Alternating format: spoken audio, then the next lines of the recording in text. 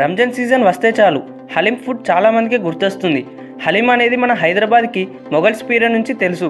Actually దీన్ని ముందు మొహరం టైంలో తినేవాళ్ళు. అలాగే హలీం కుకింగ్ ప్రాసెస్ చాలా ఎక్కువ టైం తీసుకుంటుంది. అప్పుడప్పుడు 6 నుంచి 7 గంటలు పడుతుంది. సో దీనికి ప్యాషన్ ఆఫ్ పేషెన్స్ అనే నేమ్ కూడా ఉంది. అలాగే హలీంలో చాలా క్యాలరీస్ ఉంటాయి మరియు ఎనర్జీ కూడా ఎక్కువ ఇస్తుంది. ఇది తిన్నాక జీర్ణం అవ్వడానికి కూడా చాలా టైం పడుతుంది. పిస్తా హౌస్లో ఫస్ట్ టైం వెజిటేరియన్ హలీంని తయారు చేశారు. సాధారణంగా ఒక మనిషి తన జీవిత కాలంలో 40,000 లీటర్ల లాలాజలాన్ని ప్రొడ్యూస్ చేస్తాడట. అలాగే ప్రతి ఒక్కరికి వేర్వేరు ఫింగర్ ప్రింట్స్ ఉన్నట్టుగానే వేర్వేరు 4 ముద్రలు కూడా ఉంటాయి. ఈ సృష్టిలో మానవులు మాత్రమే అన్ని రకాల ఎమోషనల్స్ని ఫీల్ అవుతారు. మరియు ఒక్క రోజులో మానవుని గుండె యావరేజ్గా 1,00,000 సార్లు కొట్టుకుంటుంది. అంటే 1,00,000 సార్లు గుండె కొట్టుకోవడం వల్ల 7,570 లీటర్ల రక్తంను శరీరంలోని అన్ని భాగాలకు పంపిస్తుంది. 1907లో న్యూ ఇయర్ రోజున వైట్ హౌస్లో జరిగిన ఒక సమావేశంలో అప్పటి అమెరికా ప్రెసిడెంట్ అయినటువంటి థియోడర్ రూజ్వెల్ట్ వచ్చిన అతిథులందరినీ పలకరిస్తూ షేక్ హ్యాండ్ ఇచ్చాడు. అలా అతను 8,510 మందికి కంటిన్యూయస్గా షేక్ హ్యాండ్ ఇచ్చాడు. ఒకేసారి అంతమందికి షేక్ హ్యాండ్ ఇచ్చిన వ్యక్తిగా అతనికి గిన్నిస్ వరల్డ్ రికార్డ్ కూడా ఉంది. నిజంగా అలా 8,510 మందికి కంటిన్యూయస్గా షేక్ హ్యాండ్ ఇవ్వడానికి చాలా ఓపిక అనేది ఉండాలి. ఫిబ్రవరి 5న టీమిండియా బౌలర్ భువనేశ్వర్ కుమార్ జన్మదిన సందర్భంగా అతని కెరీర్లోని విశేషాలను కొన్ని చూద్దాం. రంజీ క్రికెట్లో సచిన్ను డకౌట్ చేసిన తొలి బౌలర్ భువీ. అలాగే వన్డే కెరీర్లో తొలి బంతికే వికెట్ సాధించాడు.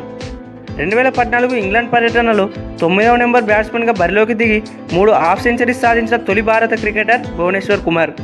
ఐపీఎల్లో సన్ రైజర్స్ తరపున 2 వరుస సీజన్లలో పర్పుల్ క్యాప్ సాధించిన ఏకైక ఆటగాడు. మరియు 3 క్రికెట్ ఫార్మాట్స్లలోనూ 5 వికెట్ల ఘనత సాధించిన తొలి భారత బౌలర్ భువనేశ్వర్ కుమార్. మన బాడీలో మన మెదడు తర్వాత అత్యంత సంక్లిష్టమైన నిర్మాణం మన కళ్ళు. మన కంటిలో 20 లక్షలకు పైగా ఇతర భాగాలు ఉన్నాయి. అయితే బయటకు కనిపించే మన కన్ను 6 వంతులో 1 వంతు మాత్రమే. అంటే ఇంకా 5 వంతుల కన్ను లోపల ఉంటుంది. అలాగే ఇంకో ఆశ్చర్యకరమైన విషయం ఏమిటంటే మనకు తెలియదు కానీ మన కన్ను ఆర్పినప్పుడు చెవిలోని కర్ణబేరు కూడా కదులుతుంది. పవర్ స్టార్ పవన్ కళ్యాణ్ కెరీర్లోనే ఖుషి మూవీ ఒక బిగ్గెస్ట్ హిట్ని క్రియేట్ చేసింది. అయితే ఒక తెలుగు సినిమాలో కంప్లీట్ హిందీ లిరిక్స్ ఉన్న సాంగ్ పెట్టాలంటే ఇప్పటికీ ఆలోచిస్తారు. అలాంటిది 20 సంవత్సరాల క్రితమే ఖుషి సినిమాలో ట్రై చేశారు.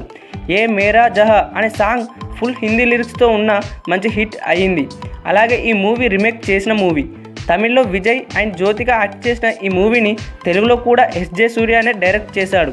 ఇక మూవీలో పీకే వేసిన double shirt, full neck T-shirts, Gap hoodies, అలాగే ఆ కాలేజ్ బ్యాగ్ అప్పట్లో ఒక ట్రెండ్ సెట్ చేసింది. ఈ మూవీలో పీకే స్టైల్ అండ్ కాస్ట్యూమ్స్ కాలేజ్లో యూత్ అందరినీ ఇన్ఫ్లుయెన్స్ చేసింది. Able was I ere I saw Elba. ఈ ఇంగ్లీష్ సెంటెన్స్ను ఎటు నుండి చదివినా ఒకేలా చదవచ్చు. అంటే లాస్ట్ నుంచి ఫస్ట్కి చదివినా అలానే చదవచ్చు మరియు ఒకే అర్థం వస్తుంది కూడా. కానీ దీనికంటే ముందే 14వ శతాబ్దంలోనే దైవజ్ఞ సూర్య అనే తెలుగు కవి రామకృష్ణ విలోమ అనే తెలుగు కావ్యం రచించాడు. అయితే ఈ కావ్యం విశిష్టత ఏమిటంటే ముందు నుండి చదివితే రామాయణం, వెనుక నుండి చదివితే మహాభారతం ఉంటాయట. నమ్మలేకపోతున్నారు కదా ఫ్రెండ్స్? అయితే మీకోసం ఒక 2 లైన్లు ఉదాహరణగా చెప్తాను, అర్థం చేసుకోండి.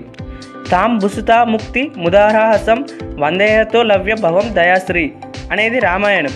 ఇదే వెనుక నుంచి మొదటికి చూస్తే శ్రీ యాదవం భవ్యలతోయ దేవం సంహార దాముక్తి ముతా సుభత అనేది మహాభారతం.